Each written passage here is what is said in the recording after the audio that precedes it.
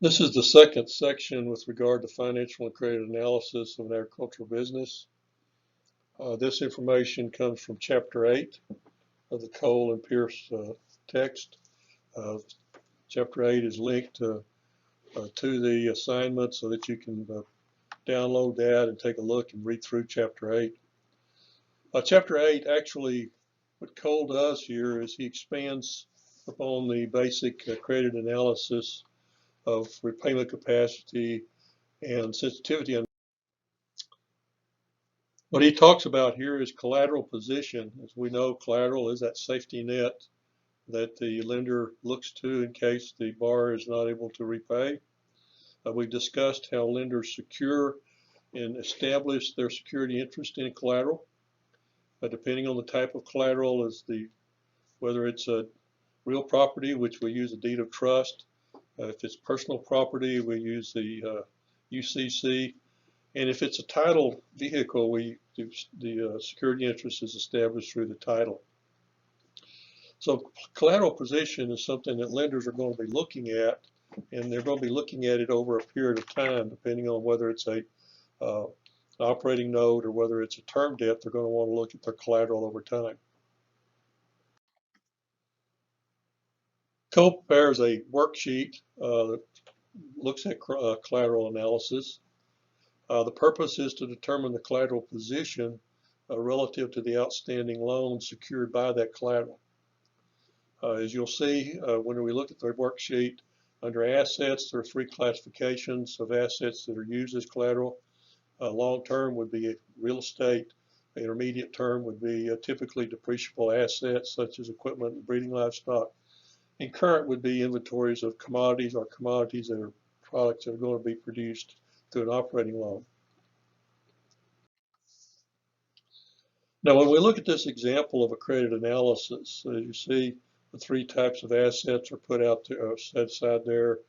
And what the credit analysis does is it looks at what the estimated value of those assets would be. Then it applies to that a percentage. And the way you can look at this is that what would be the maximum amount of that collateral value that the lender would be willing to loan based on the type of collateral that it is.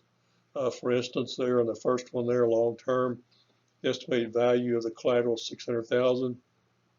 The lender would be willing to loan up to 75% of that. Where most lenders would like to see the borrower have some equity within those loans.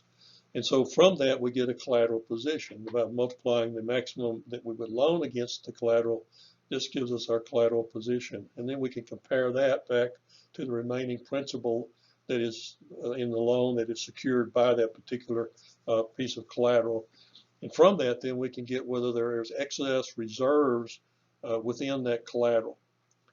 And so when we look across here, you can see that in this particular example, in each one of those collateral categories, the lender has some excess reserves. And so in other words, the collateral position that they have is greater than what the outstanding loan would be.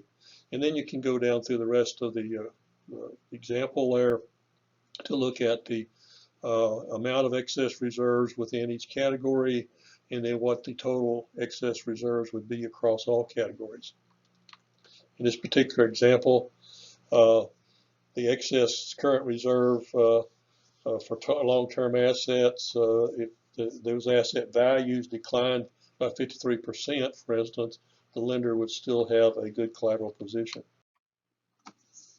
Now, as shown in worksheet 4, the collateral position is determined by multiplying the estimated value of the collateral by percentage, which represents the maximum that the lender would loan against those assets.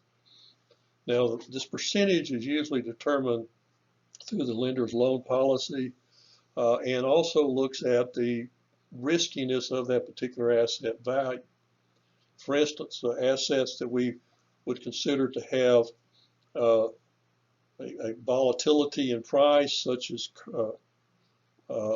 equipment values, for instance, we might want to loan less of a percentage of the total value if we have a asset that we feel like that the asset values are going to be fairly stable, such as land, we would loan more.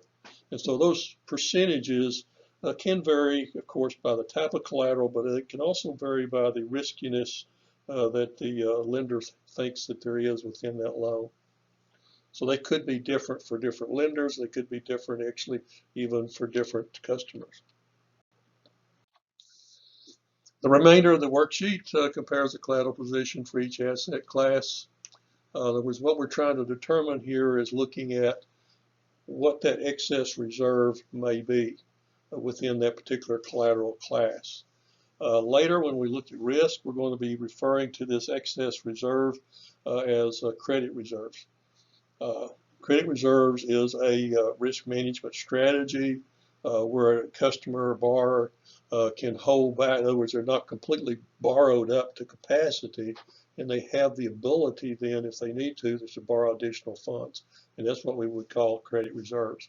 And credit reserves really look back at those excess capacity or excess values and collateral that the lender may have. Now, worksheet 5 looks at profitability analysis. It calculates the measures for profitability, return on assets, return on equity, operating profit margin. These are very similar. With the worksheet really just lays out in a table format what we have calculated using the formulas to calculate these measures of profitability. Now, as you can see here, and I'm not going to go through the details here, you can look at those. But one of the things about the worksheet that it does is it gives you a view across a period of time. In other words, in this particular case, we look at 2 years ago, 1 year ago, and then what our projected numbers are. And we can look at what the previous profitability was on those different measures, and then what we're projecting.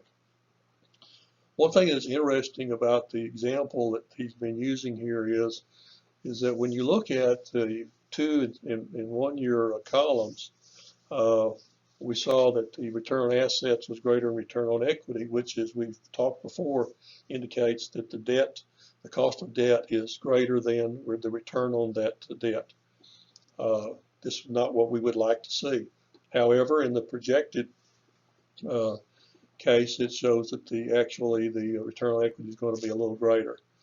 Now, one of the things, if we pointed out last time when we looked at some of the information within these examples, that there was a drawdown in liquidity. In other words, a drop in the current assets, current and working capital, which would indicate that the projections had built into that some expansion within the operation, which may have made it more profitable. And so that may be what is happening here. But a lender would want to look at these numbers and find out just exactly why is the projection looking better than it has in the past. In other words, what are the assumptions that are being made? Are they realistic? So a comparison of the profitability measures across time gives that lender the possibility to look at trends that could impact the loan in the future. As I said a while ago, the projected year profitability increased considerably, and a lender should determine why that increase is being factored in here.